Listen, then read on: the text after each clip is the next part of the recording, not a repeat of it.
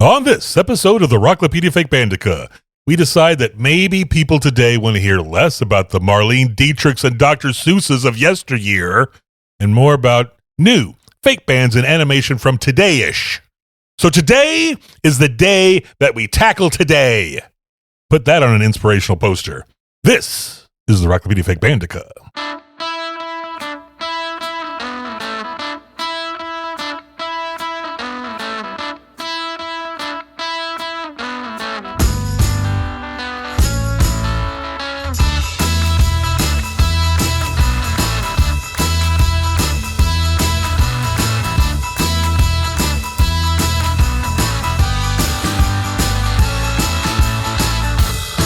Welcome to the Rocklopedia Fake Bandica. I'm Charles. There's Alan. Today.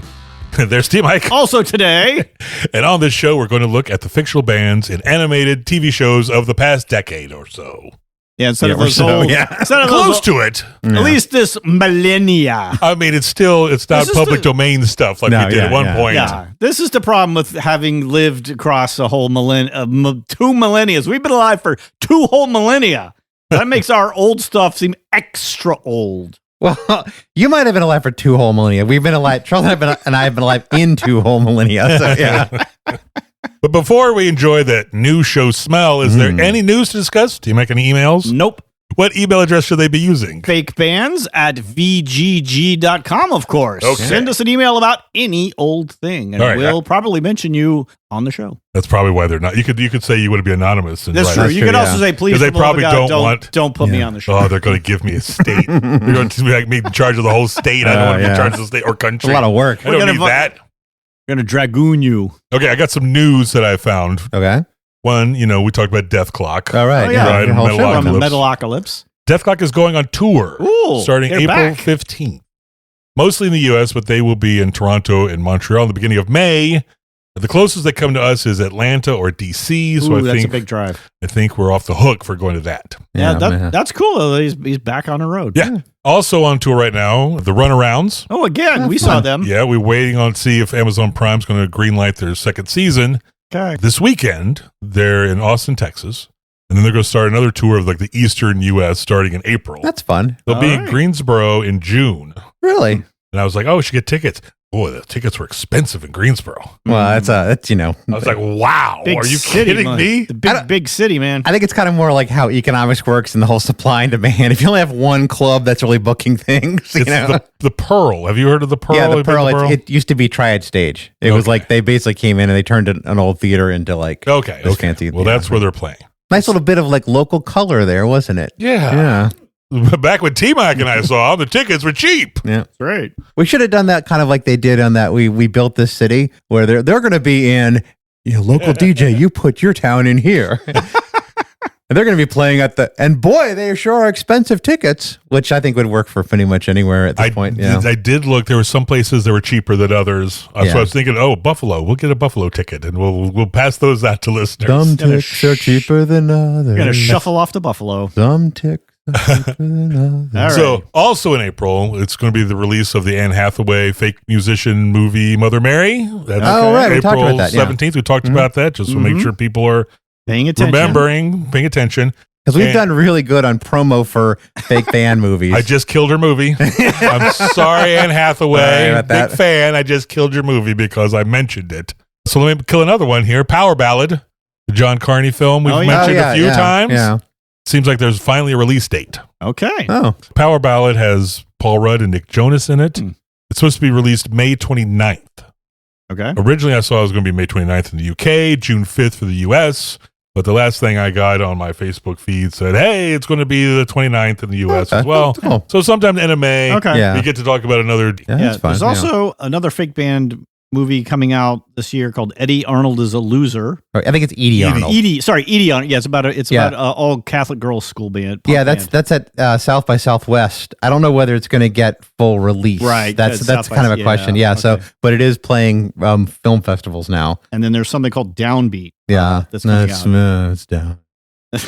All right, moving on. Wasn't that movie about the drummer? Wasn't it called Downbeat? Or there might have been some other media that called was something Downbeat. else, wasn't it? Okay, I don't know. Backbeat was the Beatles. Yeah, that was about I know what you're talking about. It is about a drummer, yes. All right. There's a Anyway. famous saying, ask and you shall receive. Someone famous said it, either Jesus or Shakespeare, maybe Mr. T. But for our purposes, though, it's ringing true today. We had planned to make this show about recent animation for a while. It's been on our to-do lists for about a year and a half. Earlier this year, we received a comment on Spotify from a listener wondering if we've discussed the bands from Steven Universe yet. Well, right there. That one ask was all it took for us to say, why don't we just put on the schedule? We should have done this. Should have done this for a while. Finally. So you asked, now you'll receive. T. Mike, why don't you start us off with the show that got this whole ball rolling? Steven Universe. All right, this is a Cartoon Network animated TV series which ran from 2013 to 2019, then did a TV movie, then did a sequel series in 2020 called Steven Universe Future. I feel like the whole thing is this kind of a wild premise. It's a coming-of-age story about a kid who's half human, half alien, only the aliens are thousands of years old, powerful female gem and mineral-based things with a lot of unresolved issues. That's pretty much actually everyone in the show. A lot of unresolved issues. It's all about solving unresolved issues. So these alien gems confuse with each other. They make new beings with new personalities, and then they can unfuse back into their original selves. Sure, why not? There's a lot of positive LGBTQ themes. The show's creator, Rebecca Sugar, is bisexual, non-binary, and genderqueer. The show is very popular, got a lot of good press, won an Emmy, a Peabody, and a GLAAD Media Award. That's the Gay and Lesbian Alliance Against Defamation. And it's apparently the first ever kids show to get one of those awards. Huh? So I thought that was pretty neat. So in the show, we had the title character, Steven. His dad is a former rock musician. And thousands of years ago, Steven's 8-foot-tall alien gem mom led a rebellion against her own people to keep all life on Earth from being genocided. Thanks. And Steven becomes the chosen one and gets powers, fights bad guys with the other gems, and saves the Earth. I think a couple of times, actually. Which, that's about the most normal thing about the show, is the fighting and the saving the Earth. Also, he solves everyone's emotional issues that I mentioned before through the power of friendship and song. It's a very musical show. There's at least 2 or 3 songs per episode. Sugar wrote and co-wrote a lot of them. And a lot of the show is in the style of a musical, which typically doesn't count for our purposes. Nope. If you know the difference between diegetic and non-diegetic music, I'll let you look that up. But there are actually a number that do count. So let's start with the title character, our protagonist, the kid, Steven Universe. Steven is voiced by Zach Callison. His dad, Greg Universe, taught him to play guitar. So Steven is already an amateur musician. We also see him playing drums, bass, ukulele, and piano in different episodes. And in the Steven and the Stevens episode, early on, September 4th, 2014, he and his dad are set to play the local Beachapalooza festival. They played Beachapalooza. Whoa. Oh, yeah. Wow. I remember that everybody kept talking about Beachapalooza. Is that right? What am I thinking of? They live in this teeny tiny town called Beach City, so it's a little local thing. But unfortunately, his dad can't make it for reasons. So Steven uses a time-traveling doohickey thing he got at the very beginning of the show to go back in time and get 3 other Stevens to make a 4-piece pop rock band of himself to play the show, Steven and the Stevens. Which one of them was Steven? The first Probably one. Steven. First one. The Steven and Stevens, yeah. First, yeah. second, third, and fourth. What was our show's rule on time travel? We don't explain time travel. Okay, good. We're not smart enough to do it. We'll get all confused. It's fine. There's no explanation for what happens in this show anyway. None of it makes a lick of sense time travel wise. Anyway, the power of being the band leader goes to the original Steven's head, and he ends up alienating Stevens 2, 3, and 4. And the other 3 Stevens kick the original Steven out of the band. They get their gem alien friend Amethyst to play drums. They get a new sound and a new song about Steven.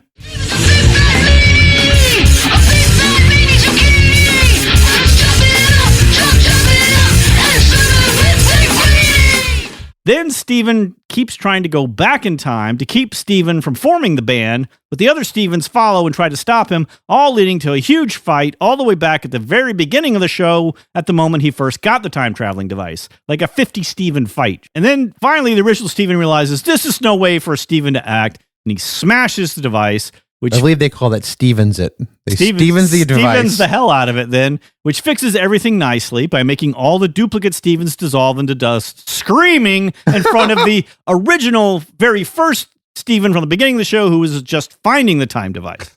Wow. That's got to be terrifying. I know, that's kind of horrifying. So at the end of the episode, Steven has instead formed the band Steven and the Crystal Gems to play Beachapalooza. So that's his Gem pals Amethyst on drums, Garnet on guitar, and Pearl on violin. And fortunately, this helps him bury the horrifying, soul-shattering existential crisis he just faced. Steven and the crystal gems were gonna make you smile. I accidentally created an alternate timeline. Steven and the crystal gems, come on now, don't be shy. I learned to stay true to myself by watching myself die. Okay, he had to sing about it a little bit there. That song is actually the show's theme song with different lyrics. Oh, okay. So, He learned a valuable lesson that he can't play with himself. don't. What? It's true. He went back in time and got a bunch of All right. What are fair. you guys thinking? Fair. Bada bing. Nothing, not me. Anyway, we'll go blind. Mr. Universe. All right, better known as Greg Universe. He's the father of our title protagonist. He's voiced by Tom Sharpling, who was also a writer for Tom Goes to the Mayor. Anybody remembers that show? No. Okay, then. In the past, Mr. Universe was an unsuccessful one-man rock band that toured the country. The show is set in this teeny tiny town called Beach City. Mr. Universe came there and did a gig to the only person who showed up, an alien gem named Rose Quartz, who is the aliens gem's leader. And he fell in love with her, and he canceled the rest of his tour to be with her. Later knocked her up somehow with Steven. It's not clear how that worked. Are you telling me he was such a great rock and roll musician that he slept with the entire crowd? No, yes. Wow. Wow. Mick Jagger couldn't do that. No, that's true. There That's you go. true. So, and she's 8 feet tall. That's it's more crowd than you would have thought originally. Mr. Universe had a couple CDs he'd put out, but he said he couldn't even give them away. One was called Space Train to the Cosmos, and he had another one called Let Me Drive My Van Into Your Heart. Here's the title. Here's that title track. I know I don't have a plan. I'm working on that part. At least I've got a van. So let me drive my van into your heart. Let me drive my van into your heart. Let me drive my van into your heart. Let me drive my van into your heart.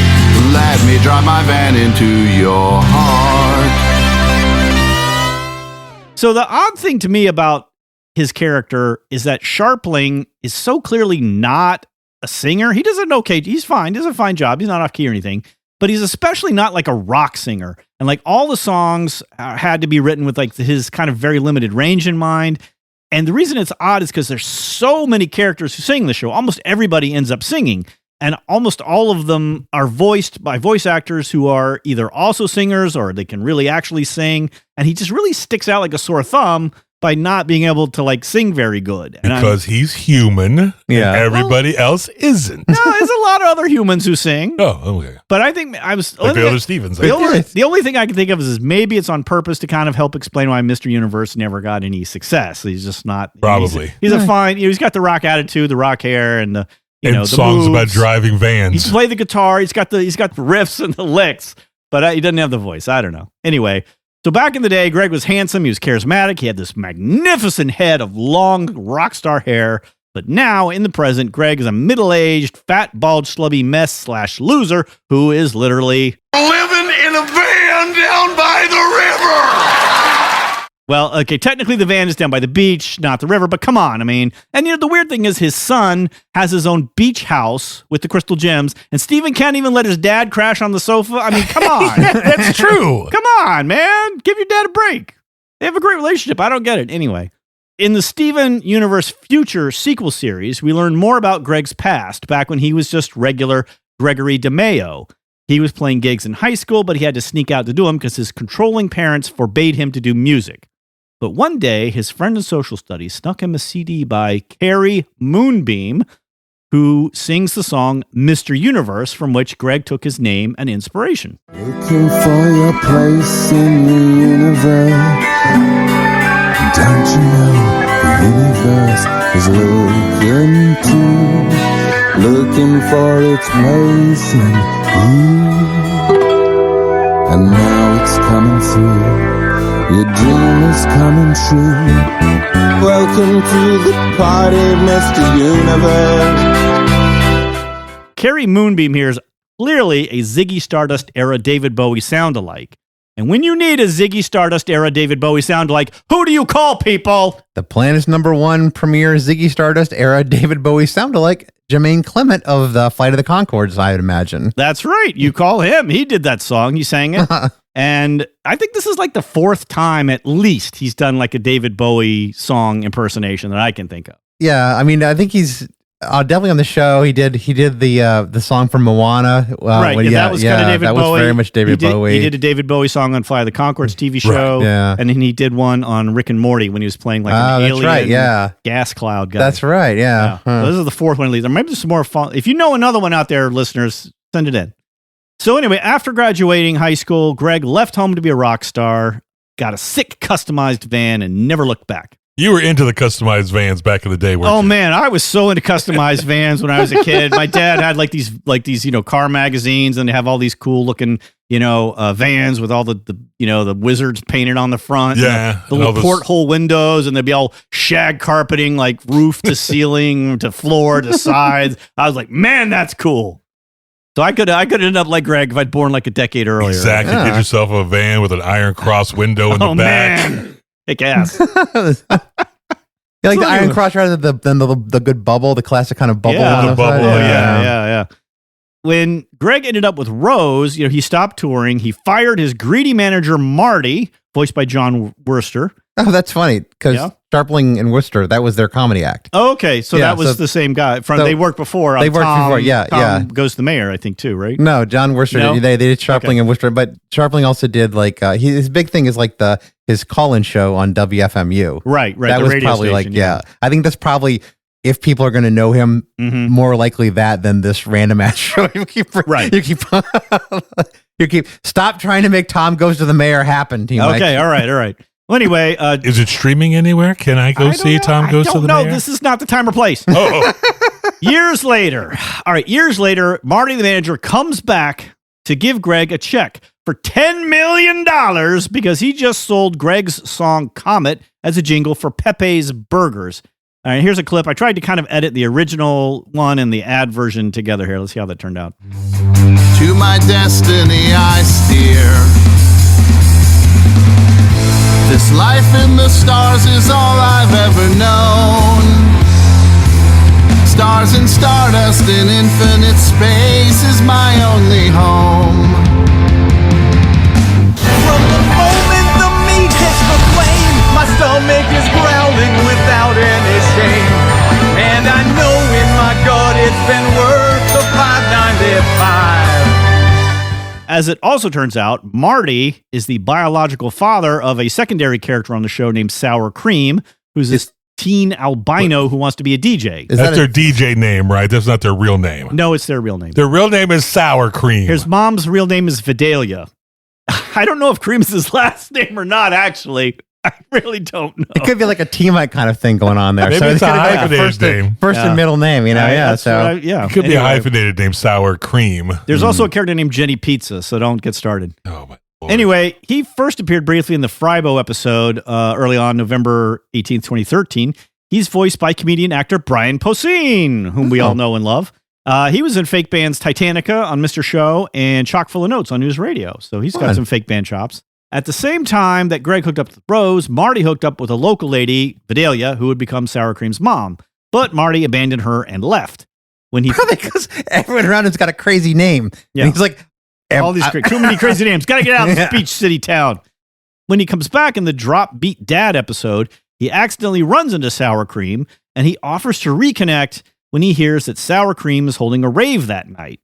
And then he takes total control of the gig. He offers his party bus as a stage. He's got superior amps and speakers and equipment and roadies to help set it all up. But it all turns out the only reason he did it is so at this show, he can hype his latest shtick, Guacola, the world's first guacamole-flavored soda. That's what everybody else on the show says. That's terrible. Nobody likes it. So Marty and Sour Cream have a big fight because Marty just took advantage of Sour Cream, and Marty abandons his son again, like immediately, like drives away with all the stuff like seconds later. But Sour Cream's stepdad steps up and brings his stepson all his old gear, and Sour Cream puts on the show anyway. Here's a short clip of some of his beats. Let's kick it. You know, the music biz can be really tricky.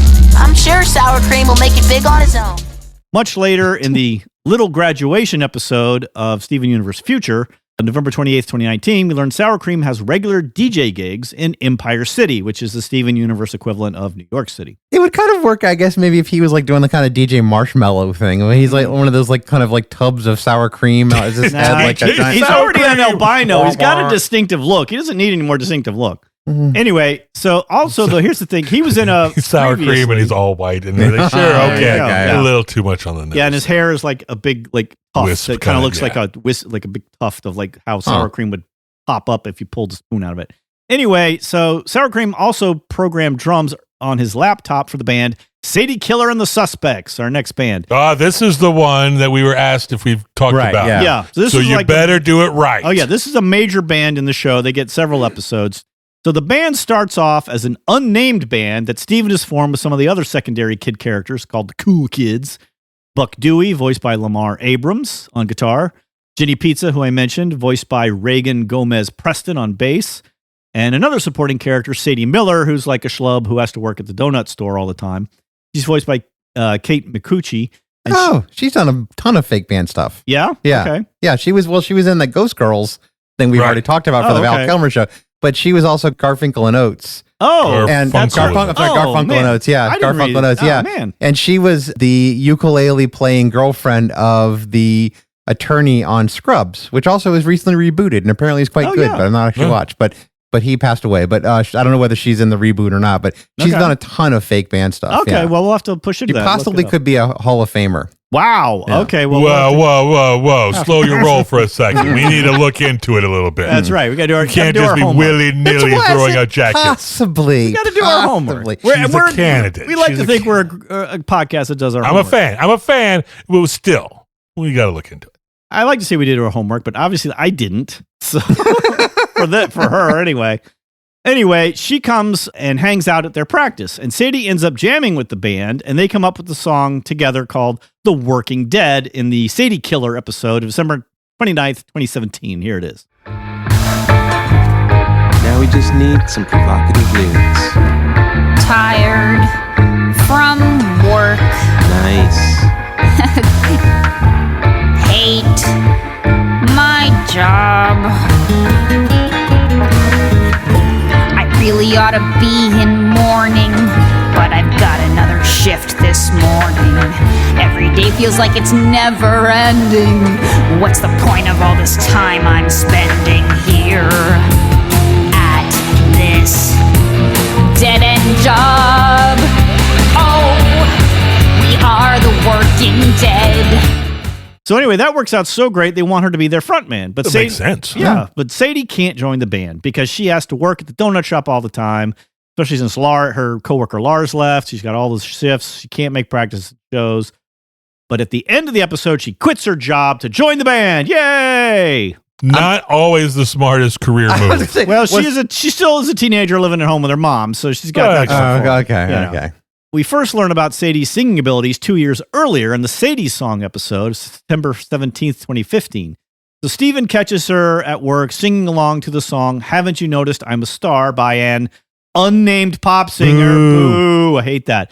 Done by real singer Olivia Olson. Yay, I guess. I'm not She has a familiar. name. Yeah. Not familiar. No. But I edited a clip together of just Olsen singing it first, which is off the soundtrack, and then the scene from the show with Sadie singing over top of it. I can't help it if I make a scene, stepping out of my hot pink limousine. And I'm turning heads and I'm stopping traffic. When I pose, they scream, and when I joke, they laugh. I got a pair of eyes that they're getting lost in. They're hypnotized by my way of walking.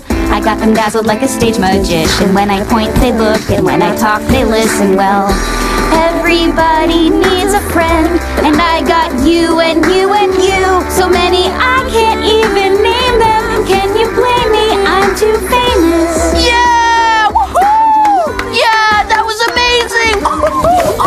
No, I wasn't. So anyway, you're like mashup mania tonight. yeah, I love a mashup. Anyway, Steven is so impressed. She's embarrassed, but Steven is so impressed. He and Sadie's mom pressure her. We have talked about Olivia Olson a fair amount on this show. We have? She was in Love Actually. She was the okay. girl who sang All I Want for Christmas Is You. All right. Right? We talked about that part. Okay. I don't know. I didn't do my homework. She was in Vanessa Dushmanschmerz and Phineas and Ferb. Marceline the Vampire Queen. Are you just lying and making No! stuff up? Okay, all right. I Right don't here. know. I was like, Olivia Olson, okay. we've talked about her, haven't Okay, we? all right, cool.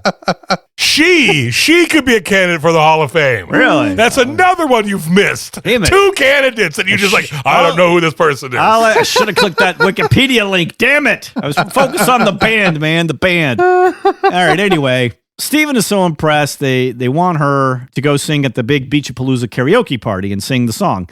But they pressure her too much and she gets stage fright and freaks out, and Steven does the song instead. But they planted the seed for this band early on. In the Big Show episode of April 16, 2018, the band plays for Greg. Teens by day, we're all right. Teens by day, but every night we're Sadie Killer and the Suspects. Whoa, Sadie Killer and the Suspects. Don't be scared, it's the afternoon. Don't be scared, but pretty soon we'll be Sadie Killer and the Suspects. Whoa, Sadie Killer and the Suspects. And he loves them. And he becomes their manager, and he gets them a gig in Empire City at a club run by his old music biz friend, Sunshine Justice, who's voiced by real rocker Joan Jett. Whoever that is. Who I know is a big 80s a hard-edged rock star. I like her. She's great. He had hits. Greg, with his $10 million now he's still living in his van. I don't get it. But he goes out and he buys them all a bunch of equipment. He buys them lasers, a fog machine, big props. And the show goes over great. Everybody loves them. Sunshine Justice says, come by and play anytime. At this point, though, Steven has dropped out of the band for some, they don't really explain. You don't know why? He's probably just busy fighting, aliens and bad things with gems. The band gets some kind of measure of success off screen. They go on tour, and in the Little Graduation episode of December 28th, 2019, we learned the band mutually called it quits. Yeah, I know. In fact, all of Steven's friend group is going their own separate ways. Okay. And Yeah. they're getting older. It's going to colleges and whatnot. Sadie has a new non-binary partner named Shep, voiced by India Moore. Shep is also musical, though. Shep and Sadie don't have a band name, but here they are at the graduation ceremony singing a song called Looking Forward. When I was younger and I hated fun, I was always looking back on what I should have done. I used to live my life in fear of the terrible performances that brought me here. But I'm looking forward, I'm looking forward now. And that's Shep playing the electronic wind instrument, or EWI, as they are called. And then later in the episode Growing Pains of March 13th. They were on 2020 Growing Pains? No, it's the episode title. It's a phrase. It's a phrase.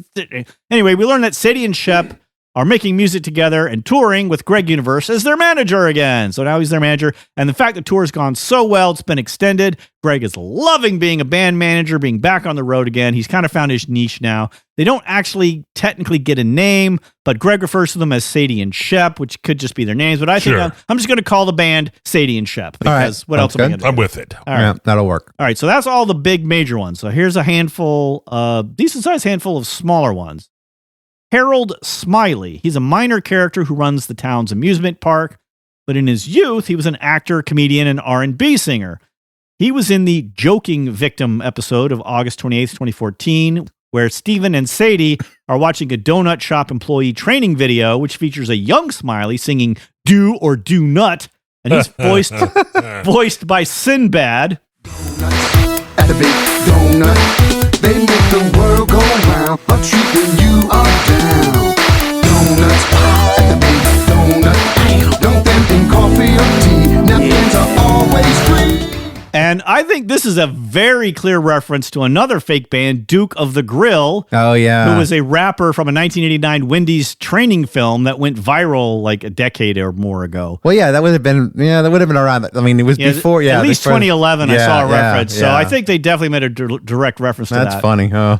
So also in the Sadie Killer episode, we get a quick mention of 3 bands. What's up, Buck? Guess who's got a gig at Delmarva's #2 Music and Seafood Festival this weekend? Choo-Choo and the Woo-Woos? Jack and the Frosted Tips? 7 Force? No, us. What? We don't even have a name yet. That's it. That's all we know about them. It's just their names. The kids say their names. That's it. The end. Yeah. Nothing else for us. We also get another threefer, a little more beefy threefer. A beefy threefer. A beefer. We call it a beefer. Charles, you got snacks tonight? I'm a little hungry. Beefy 3 for us, I think. In the We Need to Talk episode of June 18th, 2015, Greg is organizing his voluminous vinyl collection. Wait, in his van. Well, he has a storage unit too. Oh, okay. Yeah. So his choices are odd. yeah, I'm not going to say they're wrong. They're odd, though. yeah. He I'm sure there's a burned out Arby's he could rent. He also works at the car wash. Oh, wow. Yeah. So we see a couple albums here. We see an album by Orange Magic Orchestra, who is defined as a transcendental space rock band. It's an obvious reference to real group Yellow Magic Orchestra, Oh, okay. which even the fake album cover imitates the real cover of their 1983 Naughty Boys No, that's fun. album. Yeah. That's kind of nice little geek Yeah. throw, you know. What are they? They were like influential, right? In the, Yeah, they were like electro pop. They influenced a bunch of like New Romantics and like Human League and like, but they were kind of like the transition between like Kraftwerk and electronic music stuff. They were very influential. Yeah, well, you could hear. I think I could hear some of the influence in the show's score music. No, okay, yeah. Never heard of them. Yeah, okay, all right. So anyway, a few seconds later, Greg holds up the Quadranometry album titled "The Secret of the Wave Lies in Creation." I thought that was a Who opera. Yeah, quadranometry. And then Greg finally puts on a record by a third band called the Philosophy Majors. That's good. Which is off their Nietzsche's Breakdown album. We hear like about 5 seconds of it, and it's not great. Good. Also, because I want to play the next clip. In the same episode, there's a flashback when Greg pulls out a VHS tape of him and Rose, and we see young Greg again in all his hot rock star wannabe glory. His magnificent mane ripples in the breeze as he sings a duet with Jim Rose Quartz, voiced by Susan Egan. And he rips a pretty decent solo at the end of it here. What can I do for you?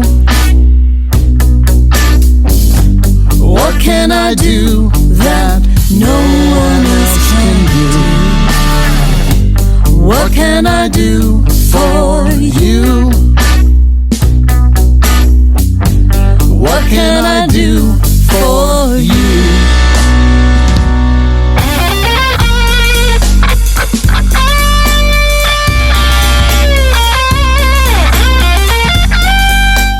There's also Steven's girlfriend, Connie Mahaswaran, voiced by Grace Rolek. She plays the violin, but only at her mother's insistence. She does jam with Steven once on violin at a picnic. She doesn't perform as such, so she doesn't count, but I just wanted to mention her for, completeness sake. Finally, then, we have a really weird one, Steg. In the 2019 movie, Steg, only time Steg appears, one of the gems, Pearl, gets amnesia. And what's the best way to cure amnesia, everybody? Hit him in the head again. Rock concert. Oh, that too. That's second, yeah. Woo! So Sadie Killer and the Suspects put on a concert and sing one of my favorite songs from the show, Disobedient. Good afternoon, sir. What can I do, sir? Just say the word, sir. Anything for you, sir. Your friends all say, sir, you don't deserve her. I disagree, sir. I live to serve, sir. I think about all the wasted time I spent. I wanna be disobedient. I shoot awake, wonder where my summer's went. I wanna be disobedient. Disobedient. Disobedient. I really find this refreshing because most of the other songs, very, musical, musical styled pop musical songs. Not even pop songs, they're musical songs. It's a different type of song. I'm glad we finally get some good crunchy rock and roll with this song and some of the other ones like Greg does. So anyway, at the concert, after Sadie Killer and the Suspects finish, Steven and his dad, Greg, get the idea they should go on stage together and play also. But also then fuse themselves together into this being called Steg. I can't stress how much I never would want to fuse with my own father. I don't know how you guys feel. It's cool Greg and Steven have that kind of relationship, but that sounds like, a nightmare to me. That just sounds like... Odd That's nightmare choices. Fuel right there. Yeah, odd choices, people. Odd choices. Anyway, Steg is like this handsome, muscular rock god with an Elvis Pompadour mullet. He has 4 arms, so better to play his double-necked guitar with, right? And he's way, way, way more handsome than he has any right to be, seeing how he's a combo of both Steve and Greg, who are really just pudgy, short, homely people. He sings way better than both of them. Again, he has no right to for the same reason. And the reason he actually does sing so much better, though, is because he's voiced by real singer and musician Ted Leo. Oh, I love Ted Leo. Yeah? Yeah, he's great. Ted Leo and the Farmers is great albums. Yeah. And he was also in a band with Amy Mann, who we remember from the 1980s from Till Tuesday. Yeah, with their hit Voices Carry. Well, Amy Mann and Ted Leo were also in a band together called The Both. Right. And Amy Mann voices the Steven Universe character Opal, which is a fusion of Pearl and Amethyst. So it was both like a fusion of Ted Leo and Amy Mann. Is that how it works? Exactly. Yeah, there you go. Leo Mann. So does Stag and Opal play with each other? Yes, Opal joins Stag on stage, and they sing a song called Independent Together. It's my fault, it's my thought, it's my words, it's my voice. Independent together. Independent together if we try. Independent together. Independent together. Independent together, you and I. So not only were there spin-off Steven Universe books and video games and comic books, there were multiple soundtrack albums, and some of them actually did really well in the charts. No singles ever got anywhere. But on the album charts, the first soundtrack album debuted at number 22 on the top 100. Wow. Number 2 on soundtracks, number 1 on the independent albums chart. The second volume of the soundtrack debuted at number 24 on soundtracks, 28 on independent albums, number 14 on the kids albums chart. The movie soundtrack peaked at 57 on the top 100, number 5 on the soundtrack chart, number 6 on the independent chart, number 2 on the kids albums chart. Those are a lot of numbers you just threw at us. Yes. I didn't catch any. No, that's fine. Yeah. All right, the next show to talk about is 12 Forever, which is a 2019 series by Julia Vickerman and streaming on Netflix. Come with me now to Bethune, Iowa. No, thank you. And meet our hero, Regina Abbott, better known to us as Reggie. She's turning 12, and her mother and the world around her is expecting her to start growing up, but she's not ready for that one bit. She wants to play with her dolls and action figures and draw and roughhouse and be a kid forever. Her best friend is Todd, and soon they gain another friend, Esther, and the three of them have a place they can go to escape the real world, the surreal wackadoodle island known as Endless. Endless is a place with talking toys and infinite magic and superpowers for kids, and a place where Reggie can be 12 forever. He said the title of the show. He said the title of the show. Okay, I'm not going to get too much more into the different storylines and characters since we only care about the fake bands, and this show has a lot of them. Oh, boy.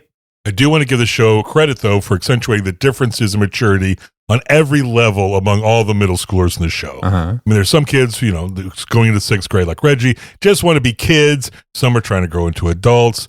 It's not just one maturity level for all that a lot of the shows have, right? Yeah, that's true. Yeah, it's kind of everyone's usually on the so same it's level. fun to see, she's just, a little more immature than everybody. Yeah. These people are a little more mature. So I thought it was fascinating to see that. And actually may be interesting to middle schoolers out there who might be like Reggie, Todd, and Esther. All right, so let's look at these fake bands. Whew. I watched every episode, so I think I got them all. Oh, wow. I didn't watch all the Steven Universe. Well, I mean, I might get to it though. There's a lot more Steven Universe. I think there's only 26 episodes, and each episode here was like 12 minutes. Okay, yeah. Okay. So I mean, it was doable and it was fun, so I enjoyed it. Okay, cool. All right, so episode 1, Reggie is celebrating her 12th birthday, and Todd made her a mix CD. Ooh. Old school, not a Spotify playlist. No, made a mix CD, and he mentions 3 bands that he put on the mix: Darfar Scar, Okay. Loose Hairs, and the Razor Dents. Okay. Okay. Loose hairs, not the loose hairs. Loose Hairs, but I think at some point they call themselves the Loose Hairs. So we don't know yet for sure. All right. Not Either way, necessarily sure. Whatever. But those Darfar Scar. Darfar Scar. Sounds First I like heard you it. just got back from the dentist or something. I was thinking it was Darfur. Yeah, that Darfur makes more Scar. sense, yeah. But then I put it on closed captioning. Oh, yeah. Darfar Scar. Okay. All right. All right. Episode 4 is helpfully named Guy Pleasant Forever because we get to meet Guy Pleasant. Okay. But first, we get a lot more fake bands when Todd and his brother Aaron hang out at Toxic Records. They look at the Loose Hairs album, but there's also albums for 7 Deadly Synths That's pretty good. Oh, that's a good yeah. one. I like that name. and Bangers and Hash. Okay, instead of Bangers and Mash, which is Okay, yeah. There's a poster British for another band, 4 Bens and a Tim. We also learned that Aaron has his own band, the Shrimps. Okay. Then Aaron looks at his watch and he has to run because he has to go back to college. Oh, okay, so it's a college band. Right. So Todd is missing his older brother, Aaron. Part of the magic of Endless is that you can bury things in a hole and the island will create something new. Okay. Weird. So Todd adds a bunch of his brother's mixtapes and albums in this hole, and he's about to add a picture of Aaron when this little weird green guy named Borbo who's there, who I can't tell if they like or not. Huh? He throws a dog picture in the hole and covers up the hole. Is he like the little weird green guy in the later episodes of like the Flintstones with that little the like Great Gazoo? He's not the Great Gazoo. He's Borbo, and I can't tell if they. I'm pretty sure they don't really like him. Okay. Because at one point there's a guy who's going around trying to grab like the greatest things in each of the islands, and Borbo's like, "Oh, I'm the person they like the most," and so he grabbed Borbo, and they were like, "Should we really go after save Borbo?" They actually think, well, I guess he doesn't deserve to be kidnapped. So they really like Borbo. Okay. Anyway, so Borbo covers up the picture. messes it all up. And so before Todd could do anything, the island makes his magic, and out pops Guy Pleasant, the dog prince. Woo! Okay. Voiced by Noel Fielding, Oh, yeah. who, as I teased in the earlier show and will explain in a later show, is probably the patron saint of fake bands. Nice. Oh, okay. I stand by that. You will Okay. see why. All right. So remember Guy Pleasant when we finally get to talk about Noel Fielding and Okay. give him his due. All right. Guy Pleasant, the dog prince, is a cool dude, half rock star and half corgi. Wasn't that what Queen Elizabeth's bred? Yeah, that was her pet dog. Her breed, Corgis, yeah. No, and Loved them. half rock star, half Oh, corgis. right. I believe Well, that was I think they were working on that Yeah, I think before. that's what they- Couldn't pull it off before Yeah. she passed. Right. Well. So, okay, he's like a centaur with a dog body. Oh, is what it's wow. kinda like. Okay, even better. I wasn't. So he's like, oh, weird. I wasn't expecting him to like actually be half dog. Yeah, his Like he's got 4 legs running around. And Oh everything. wow, that's He's odd. got green hair in his head, and Oh, green yeah. fur on his corgi body. Mhm. He's got a magenta double-necked electric Oh, guitar. yeah, double neck guitar. He jams for everyone lucky enough to be in a world where mortgages and health insurance price increases and retirement savings don't exist. Endless. Not here. Endless. Here's his good jam. Listen. This song that you're currently hearing, without a doubt the best ever written. Girls, don't even try to resist, gonna make your dreams come true. This song is a masterpiece, can't believe how easy it comes to me. I could write hits in my sleep, now check out this ending. Rip! Yeah, that song is a masterpiece. Nice. Okay. Guy's kind of cool, but he's also kind of a jerk because he kind of dismisses Todd and wants to hang out with everybody else. That's a shame because Todd was like trying to make like some kind of imitation brother guy. Yeah, Todd was trying a little hard though, a little bit like, "Hey, let's write a song together." He's like, "Nah, I'm good." So Todd tries to create a brother again, but unfortunately, he creates a hideous abomination named Schmerin. Eventually, This show's already pretty funny. it's a good show. It's a good. We have to check it out. Eventually, Todd realizes he has friends and doesn't need to make a fake big brother. And Guy does his first decent thing of the episode, offering to raise Schmerin as his own. Oh, You can't just stick him back in a hole. I guess you could, Yeah. but I think at that point, it's burying him alive. Okay. They may still have laws on Endless. I'm not positive. I'm not sure I like this, how easy it is to bring stuff to life in this island. All right, so episode 8. Reggie's mom takes Reggie and Esther to the mall so they can get dresses for a wedding. In the background is a poster for a boy singer a la early Justin Bieber. His name is Evan Horgan, and his album is A Man with a Guitar and No Plan. Okay. good. In episode 9, the kids have figured out that the school's for fools and teachers are so lame. So they decide to start their own school on Endless, which will be rad because they'll be the teachers and only teach rad things. Ah, So you know it's going to be successful. Todd becomes the music teacher, of course, because that's all he seems to care about. We see him in the middle of a lecture where he talks about when Cleve Carpenter became the drummer for The Rupture, which is crazy because of his longstanding feud with Jorg Lawrence. Okay. Then he attempts to teach the class Chances We're Dancing by the Rusty Towels to no avail. Oh, alas. Episode 11 has the kids talking about the reports they have to write in Mrs. Crandall's class. Naturally, Todd's going to focus on music, specifically Augie and the Screamers and how influential they were in the acid jazz scene. Okay. Then there's a bit of a dry spell on fake bands. Shows are still good, but, I got a job to do. I can't be like writing up everything about the butt witch and stuff like that. Episode 20, it's spring break, and our three heroes are going to spend all week on Endless. Woo! They told all their parents that they were going to a special music camp for the week. Okay. Oh, that's how they and got away with each parent heard that another parent was driving them there. Okay. And so Classic. they were all ready to go, right. except for one small, tiny hiccup, let's say. Okay. Reggie's appendix burst. Oh, Hey, geez. yikes. Did they pull the appendix and bury it in the ground in the hole? No, they did not have appendix. Appendix. They couldn't just maybe they could bury like Reggie up to her neck in the magic ground and that would heal her. I don't know. How this No, works. she wasn't. She did not get to go to Endless because it burst beforehand. They were like, "You don't look so good." Oh no! So she's laid up in the Bethune County Hospital. Well, actually, it's better it burst before she ended up on the island. Exactly. God knows what would have happened. In lovely Bethune, Iowa. No. Cool. Todd and Esther actually spend their days on Endless, where they start to lose track of time and get forgetful and confused. They don't ever check up on Reggie, who gets really upset about it. Oh, yeah, understandably so. Guy Pleasant's back, and he's hanging out with the kids, carving pumpkins and riding balloon animals, and finally playing with a band, which I assume is called Guy Pleasant and his band. Okay. I don't know. Okay, yeah. He's, your lead singer. You also have TV Head Lady as a guitar. She's a doll with like a Barbie body, but with a TV head. Okay. Oh, wow. And then you got Duck Head Lady on keyboard. He's like a Barbie body with difference. a duck head. Yeah, Okay, yeah. I'm getting some Sid Get some vibes themes, from yeah. Toy Story. And here. on drums, of course, you have Schmerin. Yay, Schmerin! He taught Schmerin the drum. Yes. And they play their Ode to Spring Break permanent party situation. It's a permanent party situation. It's a permanent party when you are here. Don't think, party till dawn. Time is irrelevant, so let's have fun. Good times, good friends. Here on the island, the pleasure never ends. It's a permanent party situation.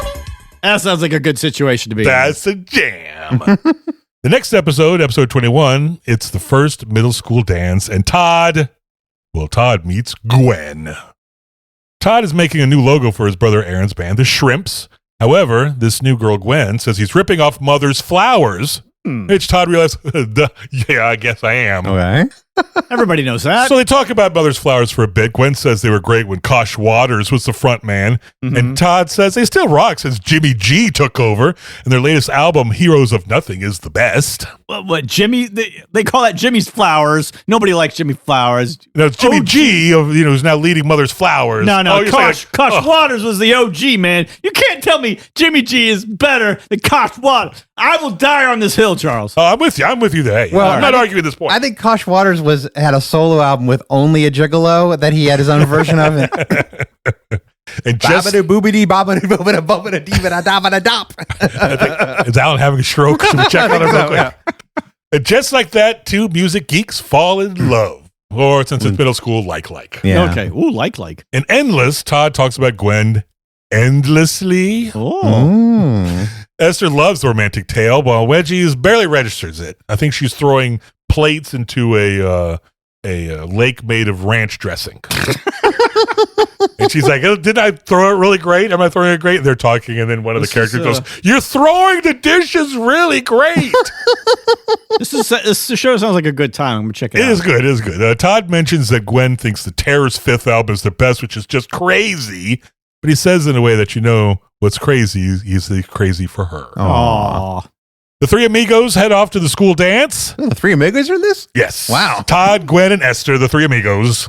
No, Todd, Reggie, And and Esther. Esther. Gwen's the fourth amigo. Oh. She's the Yoko Ono of the amigos. Oh, no. Yoko Amigo. Todd is looking for Gwen. Esther is looking for romance. And Reggie is looking to see how many cupcakes she can fit into her mouth. Now they got a DJ at this party, and it's that funky turntable scratcher himself, teaching assistant Mr. Christopherson. He can only play music selected by the staff, one of which is the dance song Give Me Something Nice by Candy Sticks. That lovely dance song. I love song dance songs. Yeah. So episode 22 brings us big news. The middle school rock band Cherry Cement is looking for a guitar player and holding auditions. And you know how those middle schoolers love to rock. Well, currently it's Rodney on bass and lead vocals, Mike on drums, and Dylan, who is their manager, is learning keyboards. Okay. If you're wondering about Cherry Cement sound, Rodney describes it as postmodern atmospheric neo-funk. Okay. So that should give you a really good idea of what Yeah, they sound like. totally. Got it. Totally can envision Crystal, that, yeah. crystal clear. Exactly. You probably could think of right off the band I'm thinking of when we talk about postmodern atmospheric I'm neo-funk. thinking about like my top 10 favorite postmodern atmospheric neo-funk bands, but we don't have time for that. No, we don't. I wish we did. Gwen suggests that Todd audition for the band since he wants to be in a band. The only problem is he doesn't own a guitar and he isn't very good at playing them. So Esther teaches Todd the basics for his audition on Endless. But when the audition actually happens and Esther tries to play a little bit to remind Todd what he needs to focus on for the audition, the band decides to try something radical. Put a girl in a rock band. Oh no, she outshined him. Oh. Rodney kept saying, whoa, guys. I just found something that's going to change everything. The first time ever. What if we put a girl in the band? And the other guy's, but not on a tambourine. And the other guy's like, yeah, okay, whatever. Yeah, sure, fine, okay. So the rest of the episode is about friction between the friends. Eventually they make up. Esther stays in the band, and Todd and Gwen begin to talk about starting their own band. Oh. And to wrap it all up, in the last episode, Reggie gets Mother's Flowers tickets for Todd for his birthday. Oh, nice. Full circle back to the birthday. And so that's 12 again, a sweet and funny cartoon for people 12 and up. And it gave us at least 17 fake bands, I think. Nice. So maybe someday they'll give us more seasons. I doubt it. But I'm sure on Endless they have at least 2 more seasons. Oh, nice. So if you get to Endless, you could An probably watch endless 2 more. amount of seasons. Ooh. So it doesn't look like it's going to get renewed or anything? I don't think so. Okay. Oh, well. Okay, let's take a break right here. And when we come back, Alan is going to tell us something that's probably regular, Just but regular. yet spectacular. This is a Rocklepedia Fake Bandico.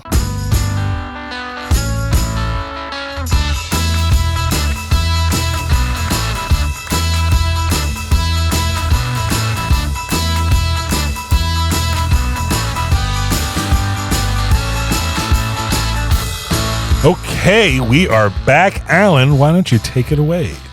So our next show is not a landmark production. It's not an underground sensation. It's just a show, an average show, a regular show called Regular Show. Ooh. And it was just regular. Just a regular show about 2 regular park workers, Yes. one of whom was a blue jay and the other one was a raccoon. Okay. And the blue jay is bigger than the raccoon. Wait a minute. And they work with a yeti Okay. who skips all the time. Right. And a green guy who didn't really understand how Yo Mama jokes work. That's a shame. Oh, and a ghost. Okay. And their boss was a sentient gumball machine. Right. And the guy is his boss is kind of a lollipop. Wow. And the park they work at seems to be privately owned. And there's a whole spy plot. And there's demons and monsters. Okay. And later on, the park gets covered in a dome and shot into space. And it all ends with an epic showdown between good and evil. Oh, right. Just a regular show. Just an ordinary regular show. Regular it's a regular show. All right. The regular show ran from 2010 to 2017 for a total of 244 episodes, That's a pretty good run there, man. all of which I would say are worth watching. It is actually a very fun show. It And was, yeah. they're short episodes. Yeah. They're very fun to watch. And it came about via the Cartoon Institute project. Cartoon Institute. Cartoon Institute, which we actually talked about in our 100th show. Oh, yeah, with 3 Dog Band. Yeah, that's right. Yeah, 3 Dog Band. And so it was basically, regular show is essentially, it's a show about the experience that a lot of guys that I know had post college, Yeah. being like 23, working a crappy job, Right. getting coffee, like farting around at work, just eating junk food, going Doing for pizza, sketch comedy. doing sketch comedy, yeah, doing stupid stuff with friends, yeah, Like sketch comedy. yeah. The stars are Mordecai, who was the Blue Jay, and it was voiced by the show's creator J.G. Quintel, and Rigby, who's the raccoon, who is voiced by William Salyers, who's done a ton of other voiceover work in games and cool. shows. Quintel also voices High Five Ghost, who is the ghost I mentioned. He has a permanent hand up that's for high fives. Their boss is Benson Dunwoody, who we'll talk about in just a little bit. And he's voiced by animator Sam Marin, who's primarily an animator, but he also voices that one. He also voices Muscle Man. Trying to save some money here. I think so, yeah. Well, they're saving money for certain uses, and you'll find out. Like, there's a lot of guest stars.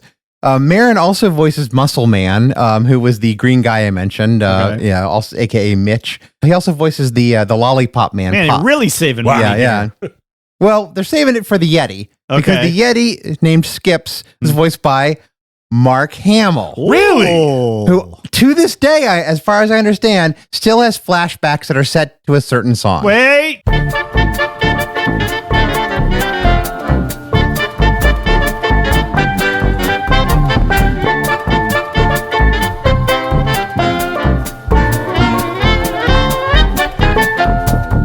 Yeah, I think so. Honestly, that was almost too easy. Yeah. I didn't even try that for that one at all. I'm going to give you that one.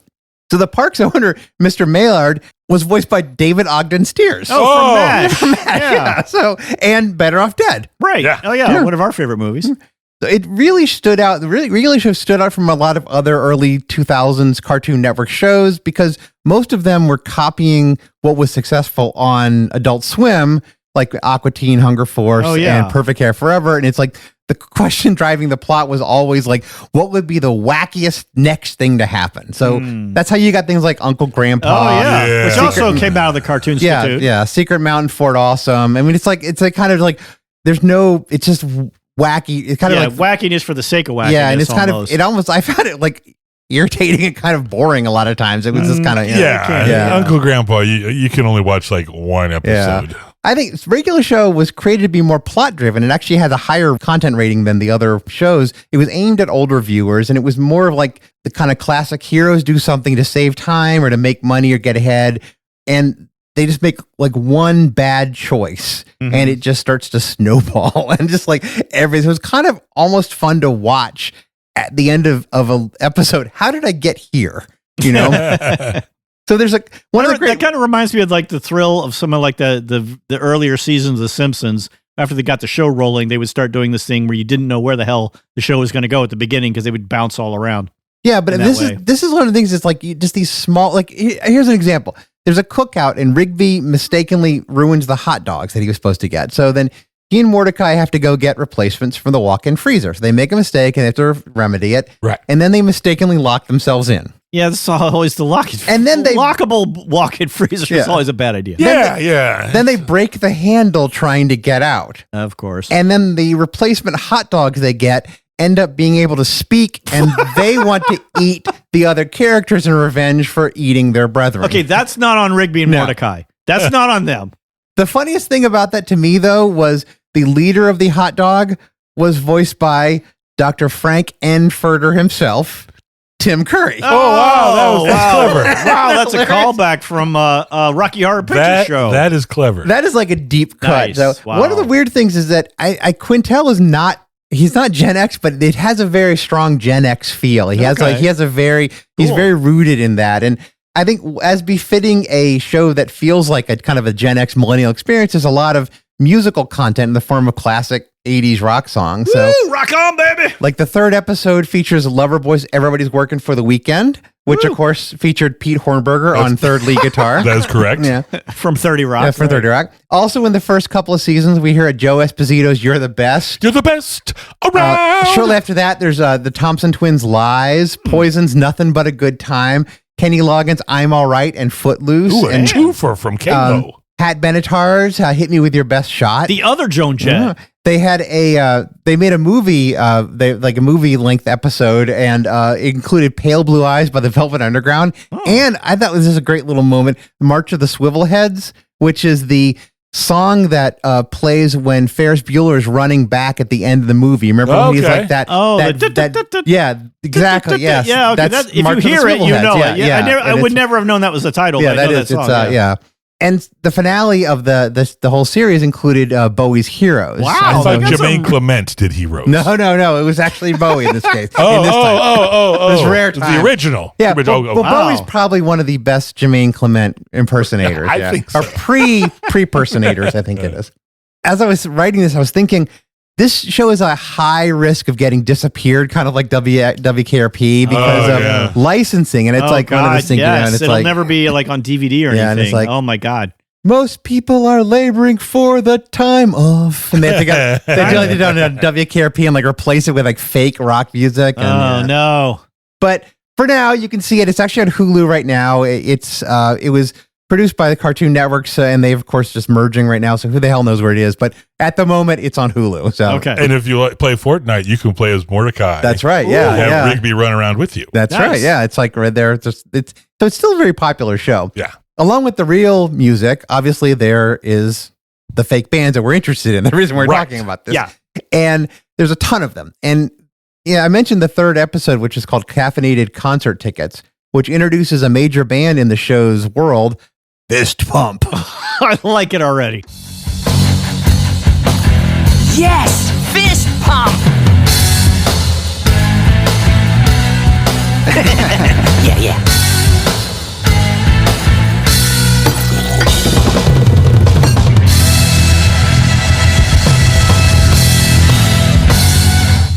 So Fist Pump just got out of jail and rehab. Oh, man. And they're back and they're ready to rock your 11 to 15-year-old pants off. How do they know how old my pants were? That's their demographic. Get over it. Okay. That's actually a line from the show. I love the fact that even the fake bands, I mean, that was so clearly like Toto's Hold the Line. I mean, it's like the music also mimics kind of like the reality. I mean, kind of like the sound of real bands. Cool. And that's partially because Mark Mothersbaugh does the music for them. Yeah, from Devo. Oh, yeah. man. Cool. He did so many animated shows. Oh, yeah. Stuff. Rugrats he started with. Yeah, he was like the Klasky Supo people. Like he did a ton of their stuff, like Rugrats and like. Anyway, Mordecai is too cool for Fist Pump now, but Rigby still wants to go see them, and then Mordecai decides to go because Margaret, this cardinal that he has a crush on, she wants to go, and so he's going to go, and so they have to earn more money.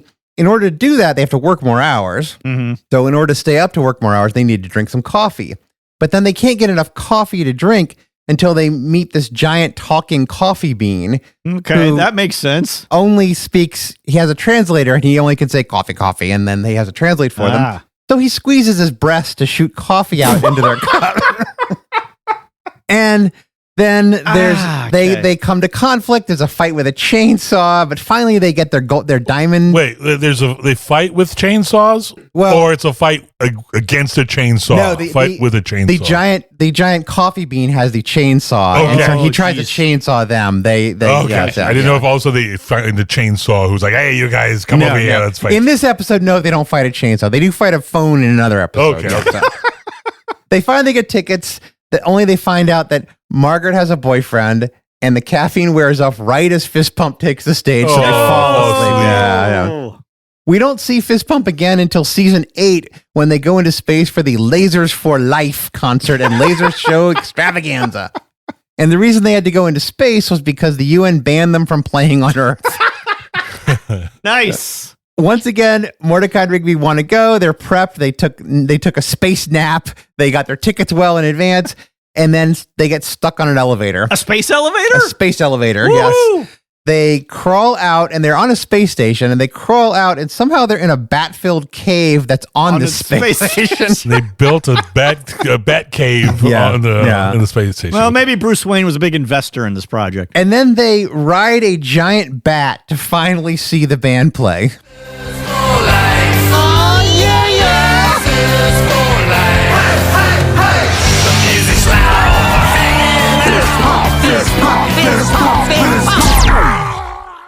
Oh yeah, nice. That's like that heavy metal scene where the chick is on top of that pterodactyl. Oh yeah, that's right. Did the band bite the head off of the bat? They just go crashing. No, they did shoot lasers into his eyes, but luckily he was blind already, so it didn't really matter. Yeah. So the theme of trying to see a beloved older band pops up again in season 7 with Mercury Heat, which is basically a Kiss band. I mean, it's like Kiss-like band. They got face and face that were featured in the Lame Lockdown episode. And they're famous for not giving interviews, but they actually like Mordecai and Rigby's questions, so they end up they enjoyed them. And the members are Gene Hazard on guitar, Vince Vandercliff on bass, Ricky Nova on keyboards, and Dolph DOLFPH on drums. Okay, covering all the bases. The next major band in the show is Mordecai and the Rigbys. Hey, wait a minute! Yeah, it's introduced in the last episode of the first season, and it's a 2-man or 2 one blue jay, one raccoon band. I can't even call them the two mammal band. Two entity band. Two entity band. Not two entity, two guitar band. Okay. They know what's important about rock and roll.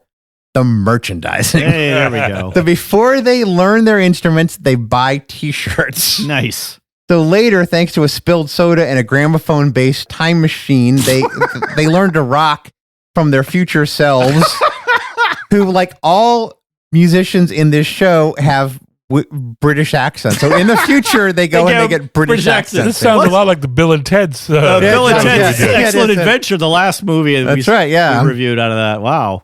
Staring into my eyes, who am I? The guy with two eyes on the prize, and the prize in my eyes is 10 times the surprise in your eyes as I kiss you goodnight. Your smile is the fire that rocks my soul. Gonna remember it until I grow old. Cause life is too short, we gotta do things right. So baby, let's just party tonight. Baby, let's just party tonight. So they find their future selves are actually just lip syncing, and Gasp! so Mordecai breaks to the band so he can keep his integrity, but he loses the girl. And rock be a cruel mistress, my bird friend. So. Oh yeah. Mordecai and the Rigby's are actually not their first choice of band name, and that actually is only like because Rigby orders the shirt with that in it.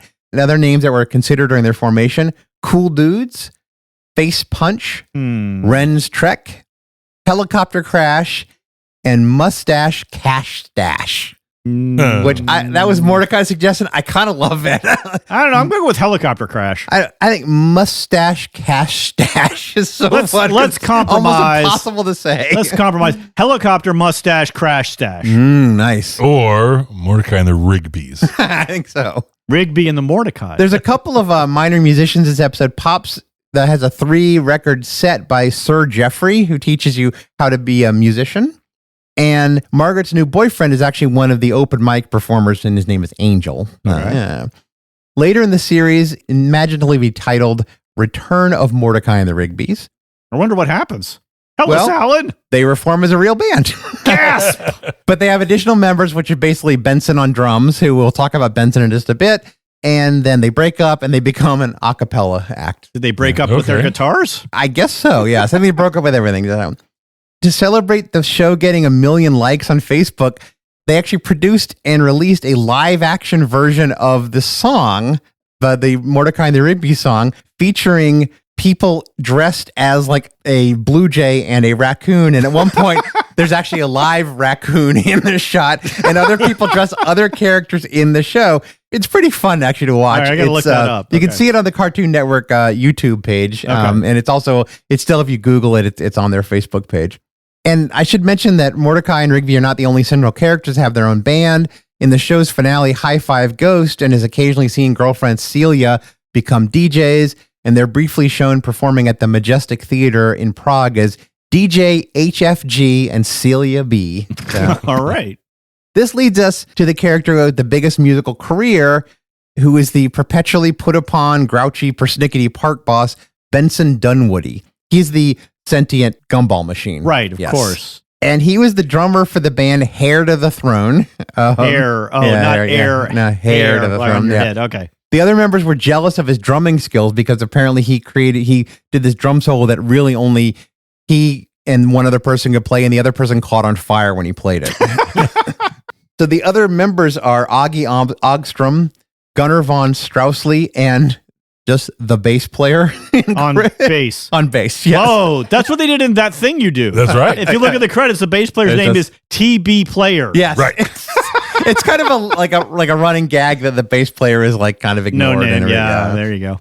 When he refuses to join, and they replaced him with Drumotron 6. Oh, man. Yeah. Is that a robot or a drum machine? It's a drum machine, but it also has legs and can kind of like walk around like a robot. Yeah. Okay, all right. They invited him back after Drumotron 6 kind of flamed out, but then he decided not to. So they may be DOA. We're not sure. Okay. In a later episode, though, Benson sings the song Microwave Wings, which is a song from Corn Utopia, which was the band's recipe-themed concept album. Wow. Okay. Which I love. Benson also apparently kept recording on his own because he mentioned that his recent solo album, And Benson for All. I thought that was your album. No. It was criminally misunderstood.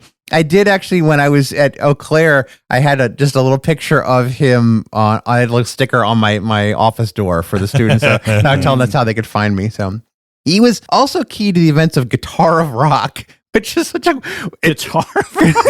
It just sounds like it's one of those like weird things where someone who doesn't really speak English titled the show, but It's like that Comedians of Comedy tour. Yeah, they exactly, did. yeah. It just it like takes you a second. yeah, it actually has a ton of fake musicians in it. So briefly, he breaks a guitar assigned by the great Bruce Rock. Mm-hmm. And he has to get help from Mordecai and Rigby. And there's a kind of fun little meta commentary on how the show works because they try to sneak him in to see Bruce Rock to get him to sign a guitar. And after their first plan fails, they tell him, their first plan never works. It's just fun.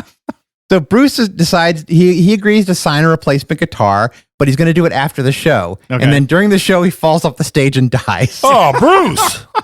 Luckily, Mordecai and Rigby have a third plan, and also luckily, they are friends with Death. Because they've had other adventures with him. Oh man, this is again like Bill and Ted's It is Excellent a little bit, Adventure, except that I don't think Bill and Ted ever babysat Death. It's kids. So he has a kid who, Death lets them go to the rock and roll underworld. And so while we're there, we see our bouncer's guest list that includes the name Robbie Rugburn, Axel Axe, Igby Stallion, and Thrash. And then later in the episode, we actually meet Ronnie Rugburn and Crash.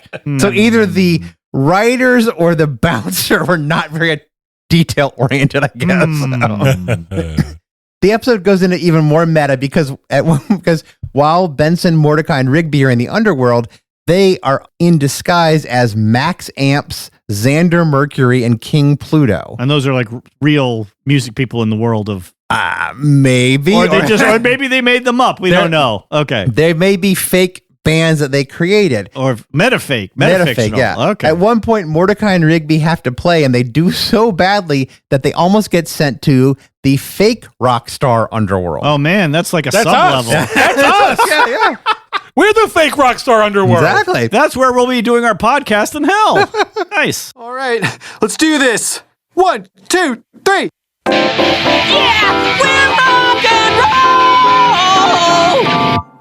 In the episode Trash Boat, which is a great one, Rigby watches a behind the music style show about the band Barracuda Deathwish. Cool. And that's a good name. The lead singer is The Urge.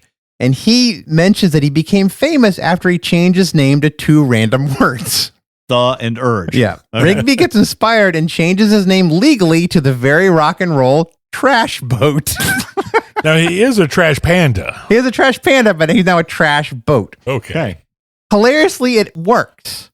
And he actually basically steals the Urge's fame. And so the Urge goes back in time. What? Yes, to hunt him down. So a future version of the Urge has now become not famous in the future because Rigby named himself Trash Boat. You can't have 2 people with 2 randomly random words. So he goes back in time to try to kill Rigby for stealing his fame. But luckily, Rigby is able to legally change his name back. And the Urge is celebrating his regained fame just as another time-traveling rock star, Duncan Flex, comes out and kills him. What? And then Duncan Flex is then killed by Velvet Overkill, who then dies to Crocodile Deathspin, who is then killed by one of a number of unnamed musicians. Oh, Lord. And then there's a grenade goes off and a whole bunch of musicians die. Oh, my Lord. All right. Wow. Other major bands in the show included Adrenaline, which was a legendary hard rock band that broke up when their frontman Ace Balthazar, who loved to crash things, crashed a bus. And given that they first appeared in an episode titled Ace Balthazar Lives, you may be able to guess that the story wasn't totally over at that point. Okay. The rest of the band was Pierce Fesner on drums, John Moore on keyboards, and Ricky Grant on bass. These are some not regular show names here. What they're like, just don't think hard. Just don't think hard. Just do names. Mordecai and Rigby were convinced that Ace had survived and was now living as Sir Gablethorpe, who is also known as the guy who thinks he's a knight. Okay, thank God we got back to the funny names. Yes. Phew. He was a character who was introduced in an earlier episode, and he wore a potato sack and had a cardboard sword, and he built castles out of dirty mattresses. Okay. And he wasn't actually Ace. He did look like him, but he wasn't actually Ace. Okay. And they learned that when Ace's ghost gets offended and comes back to the material world to jam with the band. Ah, yay. And I would also mention another band that has a fairly large role in the show, even though we don't actually learn much about them, is the band Solid Bold. Like the Solid We saw Gold that show dance back in the kids. Yeah, back in Man, we watched so much Solid Gold. So that was a band from the kids' childhood who recorded Summertime Loving in the Summer, and then in parentheses, Time. Gonna hold you real close, whisper, let's get out of here. It's summertime, love hands are loving in the summertime. Summertime, I love it, oh baby, why can't you be mine? Summertime, I love hands are loving in the summertime. Summertime, I love it, oh baby, why can't you be mine? Catchy, no? Yeah, okay, yeah. It's so catchy that in the This Is My Jam episode, it gets stuck in Rigby's head, and the guys have to come up with a catchier song to knock it out. That makes sense. But since the band that they make is just the guys playing together, I don't think it counts as a real band because they don't ever perform. All they're doing is just playing, trying to get the song out. Okay, all right. There is a nice little bit of continuity in this episode because they mentioned this minimalist band, Brain Explosion. Wait. Oh, man, that's like the best part. And then 2 seasons later in Cool Bikes, Mordecai and Rigby are on trial in the Intergalactic Cool Court for being too cool. Whoa. Yeah. And they're sworn in on a stack of Brain Explosion 45s. That is pretty cool. All right. I just like the continuity there. So J.G. Quintel has actually said that The Simpsons were a big influence on him, and it paid off in the fact that, like, The Simpsons regular show had annual Halloween shows, which were just a series of them telling stories. So basically mini stories set within that universe. In one of them, Muscle Man tells the story of Skull Punch, which was a British, of course, heavy metal band that died when they were trying to jump their RV into a crash pit. And now their ghosts haunt the RV, which is in the park. 1, 2, 3. Have you ever seen a cat walking down a street and you said, hey? That's a cat, not a rat, or a bat, or a hat, or a pat, or a bat, or a mat. Have you ever seen a goat? Yeah, I've seen a goat. I want to see you guys crash your RV into the Devastation Nation!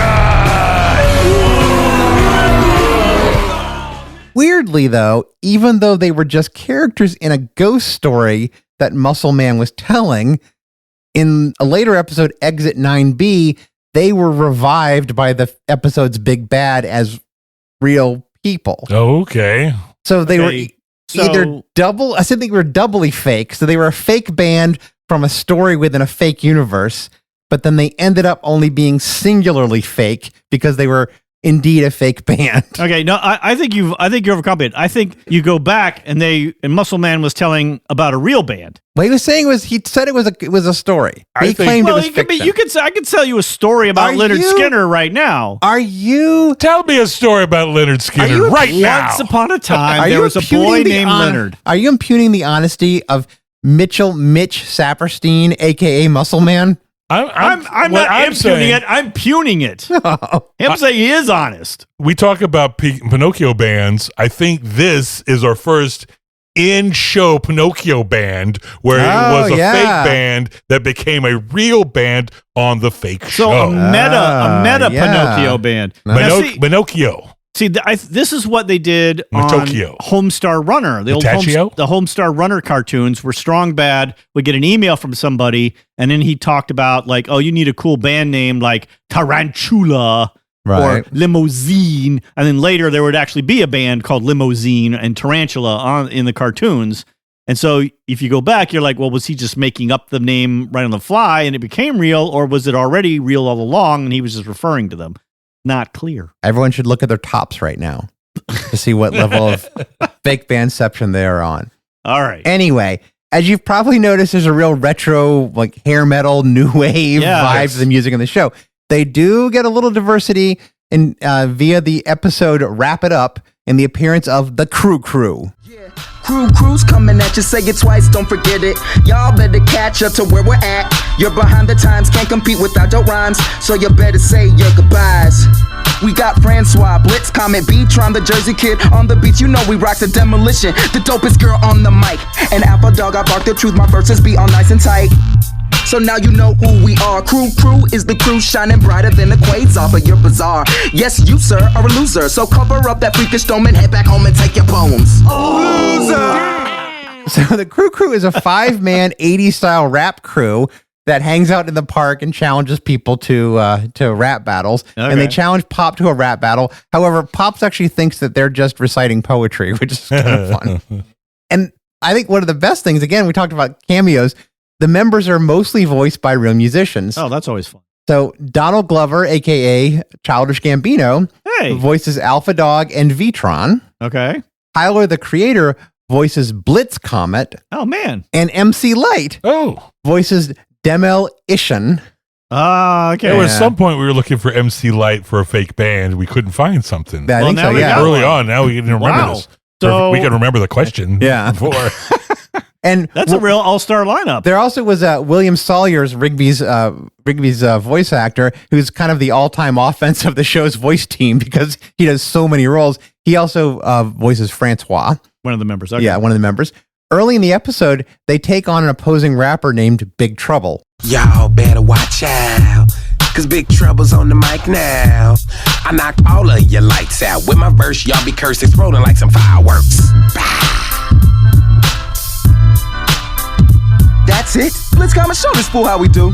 Blitz Comet on the scene. You step to me and you're gonna get cream. Corn all up in your teeth, you reek. You're the opposite of chic, you freak. Your rhymes are like antiques. Nobody wants them, they throw them all away. Riding from the get-go like your brain is on delay. Matter of fact, yo, you better get a checkup. Go ask a doctor why you be so ugly from the neck up. The best thing about this little bit is that Tyler, the Creator, voices both Blitz Comet and Big Trouble. He rap battled himself? Yes. Wow. Although he is credited for Big Trouble, he's credited as Tyler Haley O. Is that an anagram or something? I don't know. It's not really. I don't think it's an anagram of the Creator. No, I think it's just another name. So all right. Sadly, the crew is all killed by the end of the episode. Oh, man. 80s style rap crews. Not even once, kids. No, man. No way. I should also mention that the show has got a good number of radio DJs in it, which I think is another retro thing because I don't know that modern kids actually listen to DJs or pay attention. On one of the few times that Eliza's been in the car when I had the radio on and like a real terrestrial radio, she asked me why we were listening to the man talk instead of music. So, yeah. I asked myself that when I'm on the radio. I listen to radio too. A question a child might ask. Why is this man talking? Play the song. That's what I say constantly in my drive time. One of the DJs, though, the Night Owl, he's a recurring character voiced by Roger Craig Smith. And he's a DJ for WHOZ. And he first appears in the second season. He's hosting a win a car contest. And then some things happen. There's some time travel involved. Again? And he becomes this owl-shaped cyborg with his human head preserved in its chest. And he's but otherwise shaped like an owl, yeah. He appears again briefly. Charles, I think we're giving 12 Forever a run for its surreal money here, man. He does appear again briefly, but he's seems to be leaning more into super villainy than DJing. So I think maybe he may not count as a full. On 12 Forever, all of it's on one island. That's true. Here's the whole world. Bethune, Iowa, as real as it gets. Okay.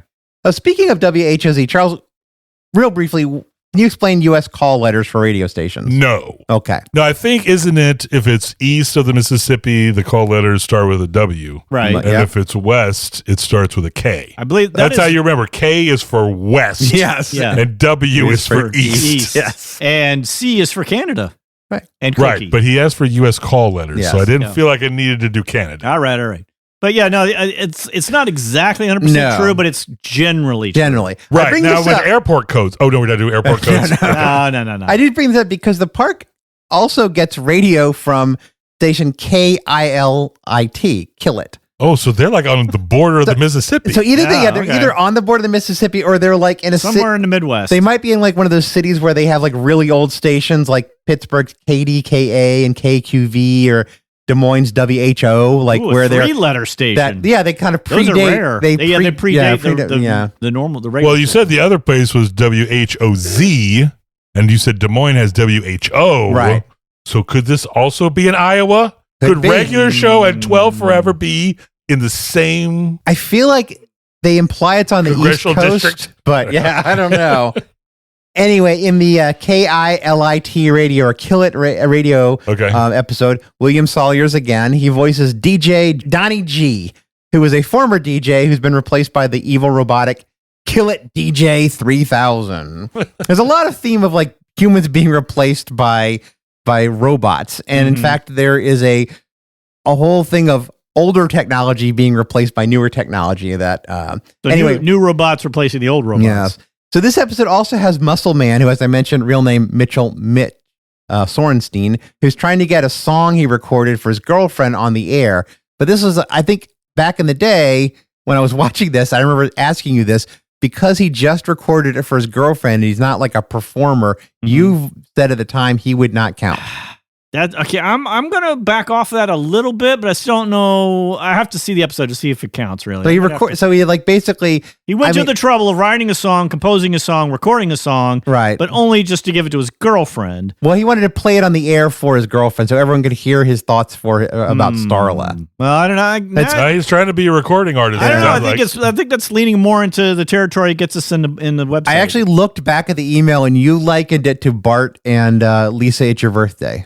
Well, that wasn't on the radio though. That was just in the room, in like their bedroom. So you're saying that 2015, I believe, T-Mike was a liar? Yes, 2015 T-Mike was a lot of things, Alan. Anyway, in the interest of completeness, I want to mention a couple one-off musical characters. So Charles, let's have a lightning round. DJ Basalt. He's a DJ who appears briefly in the Rigby Goes to the Prom episode. Gareth, a.k.a. Gary. He is actually a fairly major character. He's a synthesizer player. He's also ruler of the planet Synthos. Oh, so that's how we got the name for synthesizers. Yeah. He's owner of a cosmic El Camino that he uses to drive the Guardians of Eternal Youth around. Phoning it in. So this is the band of the Keepers of the Voicemail, which, as I mentioned, this is a group of obsolescent messaging technologies. So these like old robots that are being replaced by new things. So it's an answering machine, a chalkboard, tin cans connected with string, a message in a bottle, and a smoke signal fire. And hilariously, they actually have a demo tape called Fax Me Gently. That's a good jam. And they describe it as sort of an ambient prog rock fusion. Wow, I don't want to listen to that at all. Stereo Fighter. And this is another one just mentioned. It's a band mentioned in the postcard episode, but we do know that their albums include Photons Forming and Triptych Lullaby. All right. All right. Phew. But you should watch Regular Show. It's really funny. Good. It's fun. It's a fun show. Fun show. All right. Well, I'm going to check it out. You've never seen it before? I've seen a few. Okay. Like just a handful, though. Yeah, it's a good show. It's a good show. 3 good shows, I think. I think so. Yeah. All worth watching. Yeah. All came out this century Right. and this millennia. And not this decade necessarily, no. But and all you can watch with kids. Yeah, they're all kid-friendly, good kid-friendly. We're going to do another show later on for animation, adult animation. Right. Yeah. But, this is one. We recommend all of them. Yeah. All right. Okay, next week, the Rocklopedia Fake Bandica is partnering with Podcast-thon, where thousands of podcasts around the world highlight charities and nonprofits that help the world be a better place. We'll be highlighting the Student Diplomacy Corps and finding any way we can to connect fake bands to them. All right.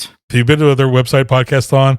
Thousands. There's so many podcasts. Really? Wow. And just scrolling through them,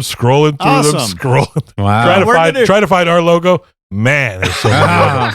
We're going to be the only fake band one there, though. How many of them have more than 100 episodes, though? Mm-hmm. I honestly don't know. I didn't, because there's thousands of them. I didn't go through all of them. Yeah, that's probably true. I mean, if there's got to be a podcast, to be your second favorite podcast. Yeah. So go check it out. All right. All right. Until then, I'm Charles. There's Alan. See you later. There's T-Mike. See you tomorrow. And this has been the Rocklopedia Fake Bandica. Thanks for listening. You've been listening to the Rocklopedia Fake Bandica, a production of the Van Gogh Sketch Comedy Group. The hosts are Alan Benson, T. Mike Childs, and Charles Rempel. Our editors are Alan Benson and Charles Rempel. Please be sure to subscribe to the Rocklopedia on your service of choice so you never miss an episode. We'd love to hear from you, so leave a review or email us at fakebands@vgg.com. And don't forget to visit fakebands.com and the mothership, vgg.com. Thanks for listening.